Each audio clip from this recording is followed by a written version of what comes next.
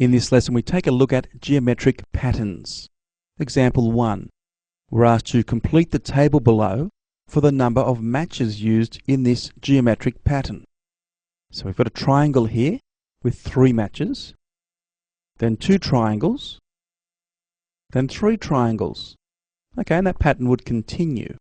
We've got to fill out this table. Okay, so we're comparing the number of triangles to the number of matches. Now the number of triangles, when there was 1 triangle, how many matches? Number of matches was 3.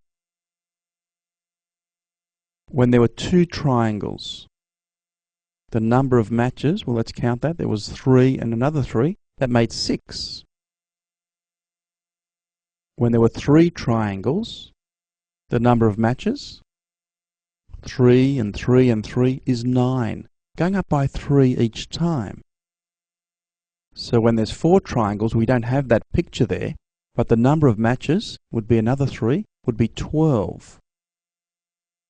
When there are 5 triangles, the number of matches, okay, going up by 3 again, would be 15. And if there were 6 triangles, the number of matches required, go up by 3 again, would be up to 18.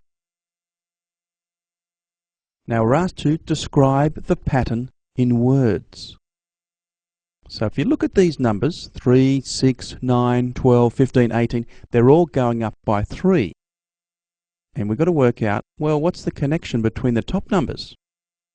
Okay, if something's going up by 3, what about if we times the top number by 3? 1 times 3 makes 3. 2 times 3 makes 6. 3 times 3 makes 9. 4 times 3 makes 12. 5 times 3 makes 15, and 6 times 3 makes 18. So to go from the top to the bottom, we multiply by 3. Okay, that rule worked everywhere. So the number of matches, to get the number of matches, it equals the number of triangles times 3. Example 2. We're asked to complete the table below for the number of matches used in this geometric pattern. Okay, this time we've got some squares. We've got 1 square there, we've got 4 matches.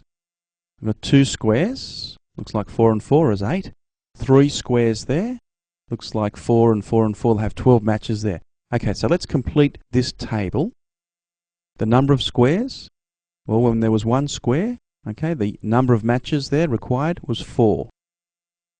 When there were 2 squares, the number of matches required there is 8. 3 squares, the number of matches required is 12. So to go from this number, the number of squares, to get the number of matches, looks like we are timesing by 4. Have a bit of a think about that. So we've understood the rule there. We've worked out the rule. Let's see if we can complete the rest of the table. When there are 4 squares, if we times by 4, we get 16.